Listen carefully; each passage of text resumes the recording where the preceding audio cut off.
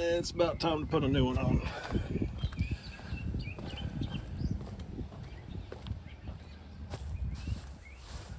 These things got about 700,000 miles on them so far, so.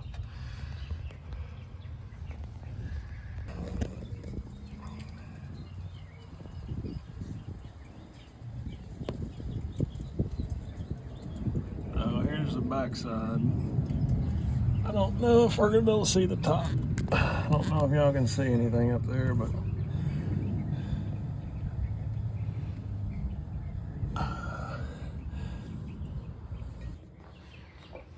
so here's the replacement bushings, Atro KT75-61257. These kits come with the bolts, the sleeve in the middle, washer, nut, and the 2 bushings. You obviously need 2 of them to do both sides. And there is a part number that just comes with these bushings, but I remember first time I replaced these, the bolt and the sleeve were pretty nasty, and just ended up reusing them, so we'll throw new hardware in there this time.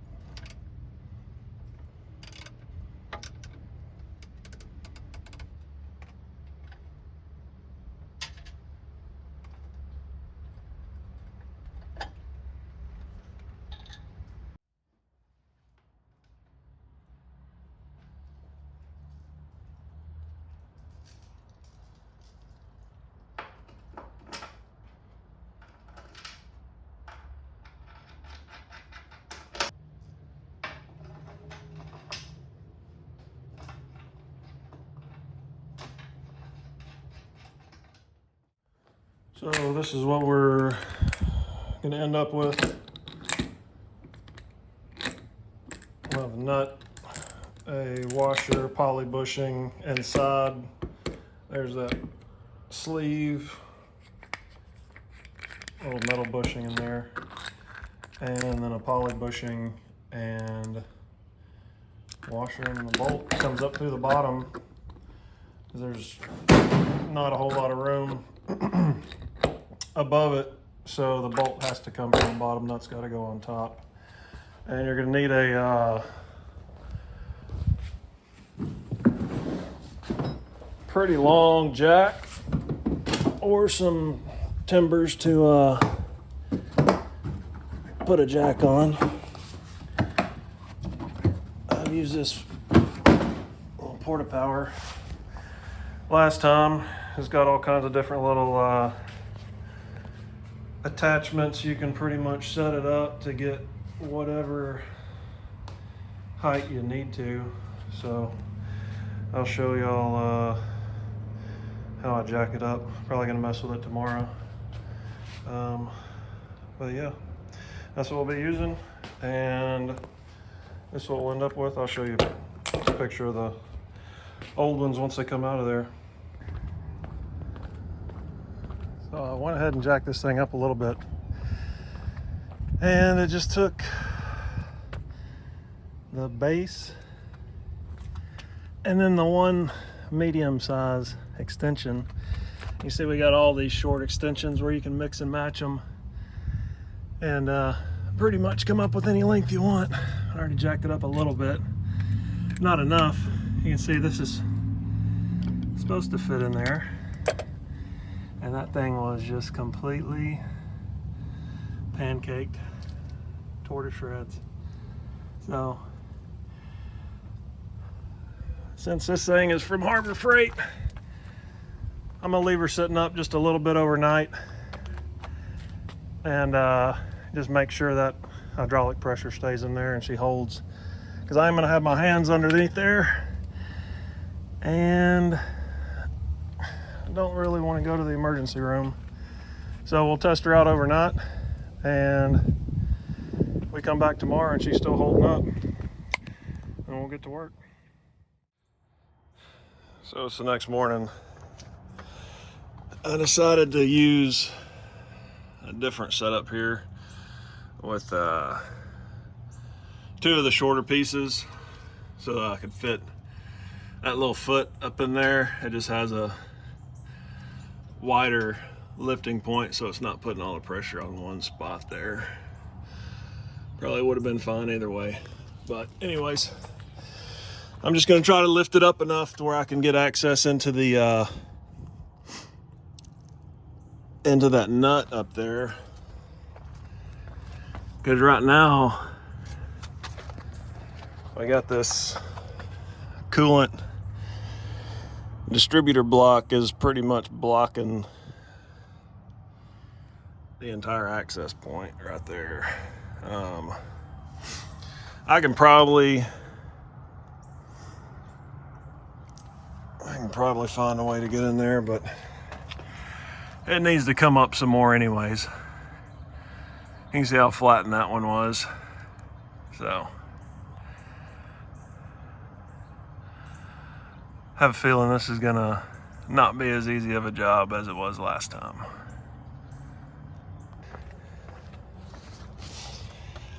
All right, so I was able to get a wrench on it and kind of wedge it up against this ball valve right below the, I don't know if y'all can see that at all, but it's kind of wedged up against the neck of that ball valve. So when I turn it from underneath, that should take her off. So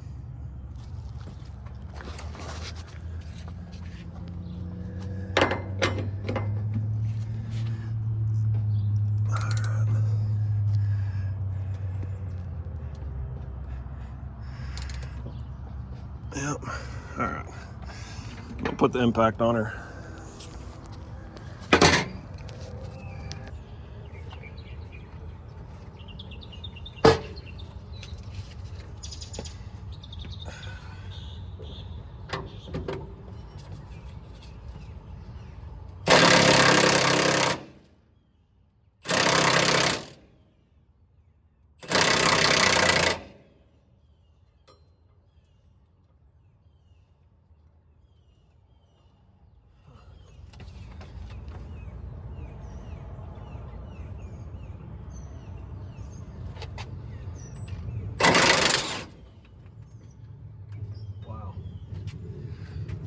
That one came off a lot easier than I expected.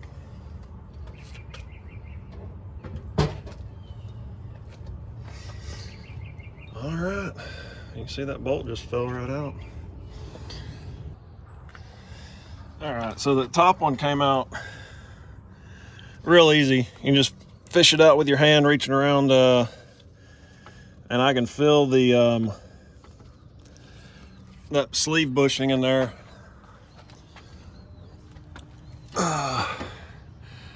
look under here though. That's not real good. Not real good. And I just put the truck back on the road. Only put 10,000 miles on it, and I checked all this stuff right before I put it on the road, and they look good. It had sat up for about a year, and well, it had over, I think I put close to 700,000 miles on it. On these, this was the first thing I did was replace these bushings when I bought the truck, and hadn't replaced them since. So they yep, I'm thinking maybe when it sat up for a year just baking in the sun. And one other thing I did is I raised the I was having trouble.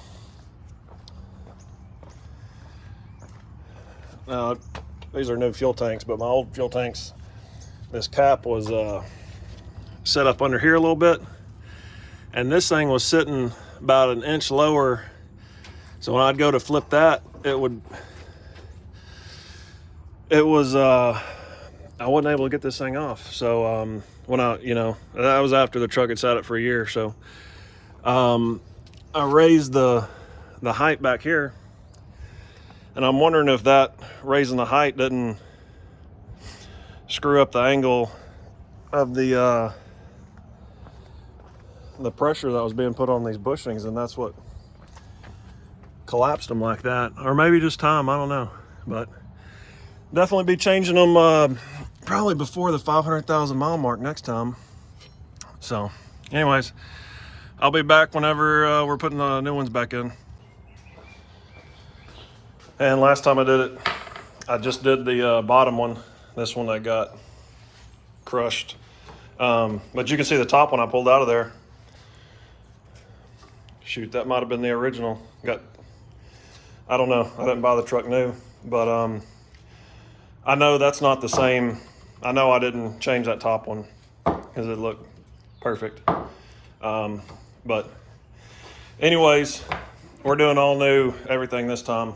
So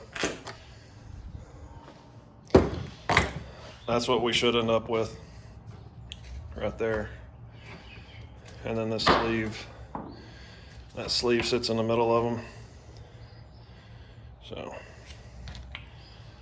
should fix the squeaking and hopefully ride a little bit better.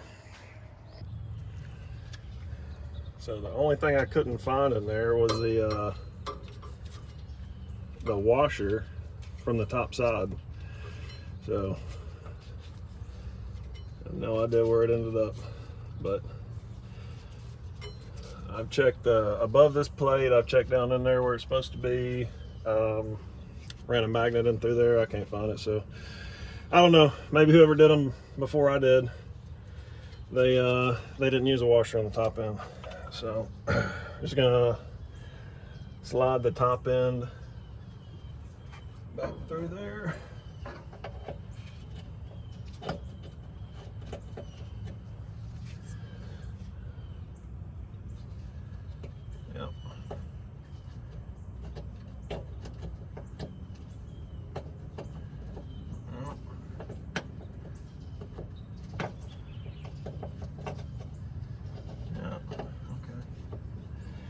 Yep.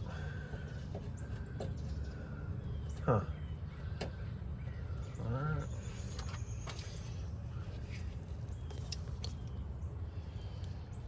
All right. So now we need the bottom bushing and the sleeve with it, and then throw some anti-seize on the bolt and try to get everything lined up. Just gonna run some grease in here.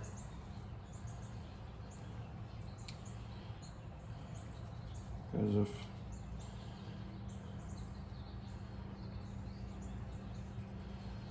just to make sure that thing don't ever seize up to the bolt. And I'll do anti-seize on the bolt itself.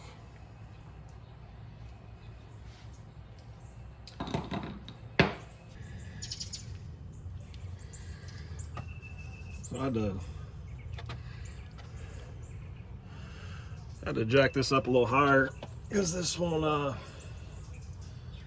this thing won't, with the little sleeve bushing, it won't both fit.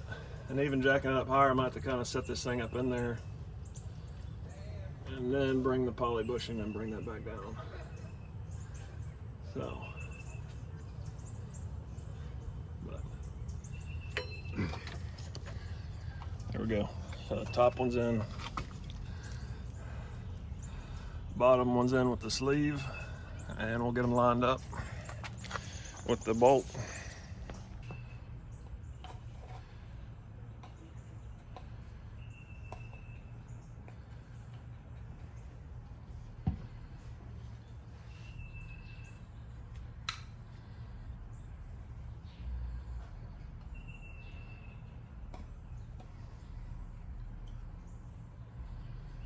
And this thing is a lock nut, so you ain't got to use Loctite or anything. Really, you just want to be able to get it off the next time you're doing the job. So, all right. So this is probably the worst part of the job, is getting that nut and washer on the top end. The way I did it, since the jack end of this porta power or the pump end, I was able to pull it around next to me, and so with one hand I'm holding the bolt up through there. Other hand I'm releasing pressure on the jack so it can slowly lower down, and then once I get the tip of the bolt through the top one, I just tighten the jack back up. And then you can drop the washer and the nut through the top hole, so you don't have to squeeze your fingers in between there trying to fit them in. But you do want the you do want the bolt in there so they got something to grab onto, so they're not just going to slide off, you know, fall off to the side or whatever. And then if you just keep your finger in the nut, you can spin the bolt by hand, and so that's where it's at right now. It's in there, not even hand tight, just barely finger threaded on there, just so it holds everything together. And so the next part is we're just going to be making sure that this lines up as we're lowering it the rest of the way down, or a little bit of the way down. We'll probably lower it a little bit, and then we'll tighten up the nut a little bit more. All right, so we got everything pretty well started. I ran the impact on it just for a second, but the issue I had getting it off, I had the wrench kind of barred up against the that coolant. It's real hard for y'all to see on the camera, but there's a coolant distributor block, and one of the ball valves coming off, I kind of wedged the wrench up against it. Well, tightening it, that ain't gonna work, and so it's got all the coolant lines coming off the back end of it. So what I did is I took a little stubby wrench and just fit that on there, and then it's gonna hit. This is kind of an enclosure, it's boxed off, so it's just hitting the back end. Let's see if I can, probably ain't gonna be able to see it at all, but anyways, it's just hitting the back end of that little piece of channel there. And so now I run the impact on it, should tighten it down, but you can see with just the weight of the cab, thing's not compressed at all. So I'll probably squish it out a little bit, or at least go, I mean, I don't want the bolt to move at all, so we'll work on that. Hopefully y'all can see that a little bit, but there's no pressure on it from the jack anymore. That jack's fully let loose. So.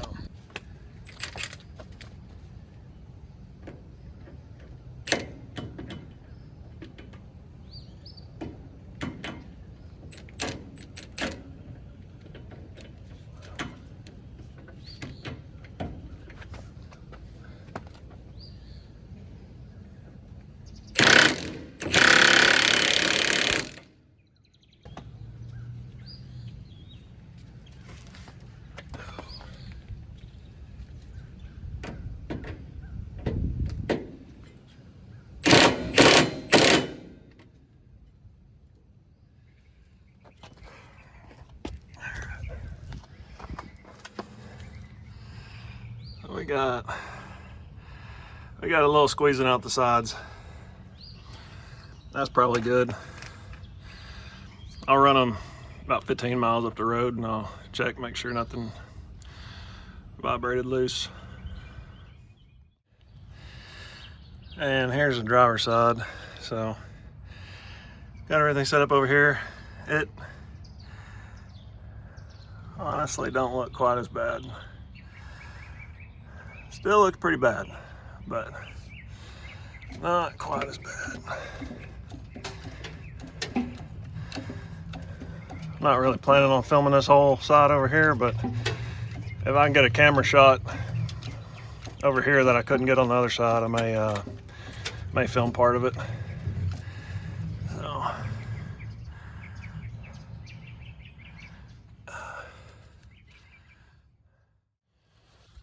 Yep, so here's what came out of the driver's side. So passenger side, driver's side. Yeah, they're both bad. And the top one, I didn't change it last time, and it still looks better. I mean, obviously needs to be replaced, but anyways, I don't think I'm gonna be able to get better camera shots on this side. It's just tight space down in there, but I'll be back and show you the final pictures of it. So here's the driver's side. Just got it finished up. It was actually harder to get to because we got more lines, and we got the fuel lines and air lines, and we got all sorts of lines over here. So ended up having to use one of these real thin wrenches to squeeze it in there on the back end, and just kind of fishing around. You feel like you get lucky when you finally hit it, but yeah, so there's our driver's side. And here's the passenger side we did earlier. So I didn't tighten them down too much on either side. Check both the nuts are pressed up against the bushing on the top side, so they're not real tight. I'll keep checking them for the next 10 or 20,000 miles and just keep an eye on them. Well, thanks for watching. See you next time.